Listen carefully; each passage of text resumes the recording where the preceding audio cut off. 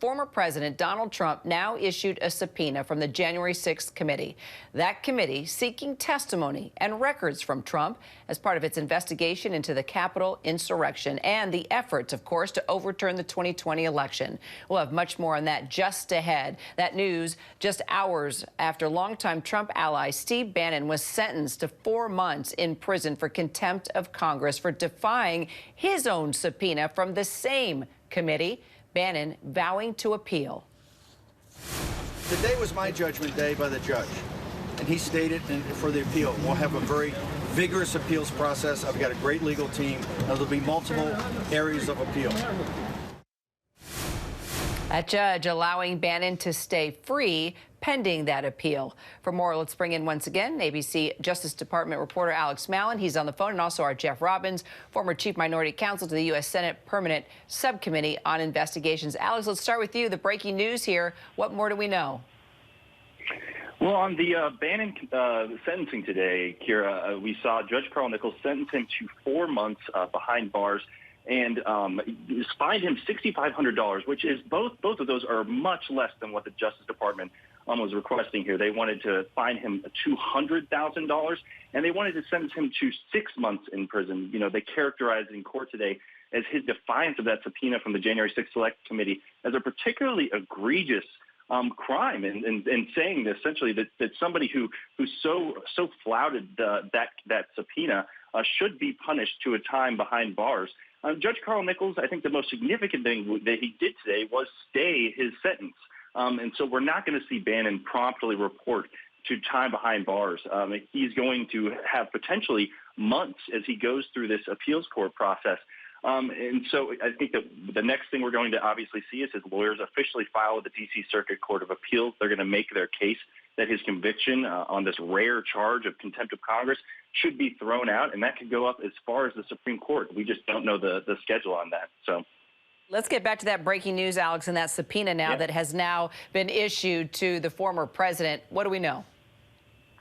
Yeah, so the House, previewed this at their hearing last week, and then now they have formally found Trump's lawyers and issued the subpoena that requests that he provide documents and testimony to them.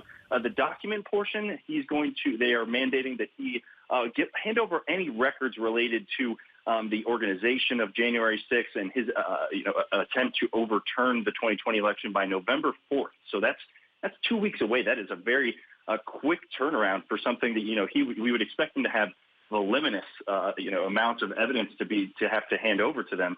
And then 10 days later, they're requesting that he appear either in person or over video conference, the subpoena says, for in-person testimony. And they note in their letter to him that could actually take place over several days. They say that, if they have more questions at the end of the first day, then they can consider bringing him back in for subsequent days. They also note that he has allies of his have appeared before the committee and asserted their Fifth Amendment rights. They note that that is an option that is certainly available to him if he wishes to go and just plead the fifth to every single question they have to ask. And then, it's unclear whether this deposition would be videotaped and they could just release video of him asserting his Fifth Amendment rights, as we saw during their committee hearings. So, Jeff, how do you see this playing out for the former president? Well, I would expect the former president to appear to answer the committee's questions under oath upon the later of A, him releasing his tax returns to the public, and B, hell freezing over. Any attorney who would permit him, or encourage him certainly, to answer questions under oath ought to quadruple her or his malpractice insurance, because the jeopardy that he faces by answering questions is that he almost certainly will not tell the truth. And that means that he would subject himself to yet another level of potential criminal culpability for lying to Congress. So as between battling out whether or not the committee is going to comply with the subpoena and coming forward to answer questions, I would bet on him battling out whether he has to comply, or frankly, even disregarding the subpoena and assuming that Congress will go under Republican control and this will become moot pretty quickly. Well, and Jeff, we could see this play out like Bannon, right? He could refuse to cooperate, and then the committee would move, right, for contempt, and this could just keep going in circles. Yes, and exactly. And that's the reason, by the way, why the return date, so to speak, of the subpoena is November. Because if they waited, then there would not be the opportunity to at least try, when he disregards the subpoena, as he almost certainly will, to get the full Congress, to get the committee to vote to hold him in contempt, and to get then the full Congress to back them up and get it referred to the Department of Justice before the House switches to Republican control, as seems likely to occur. Jeff, do you see any of this impacting the elections? Well, frankly, there does not seem to be a whole heck of a lot of needle moving. There's been, the evidence, the mountain of evidence upon mountain of evidence. We're talking about the Himalayas at this point, of disregard for the Constitution, disregard for democracy, willingness, desire even to subvert it, without all that much moving of the needle.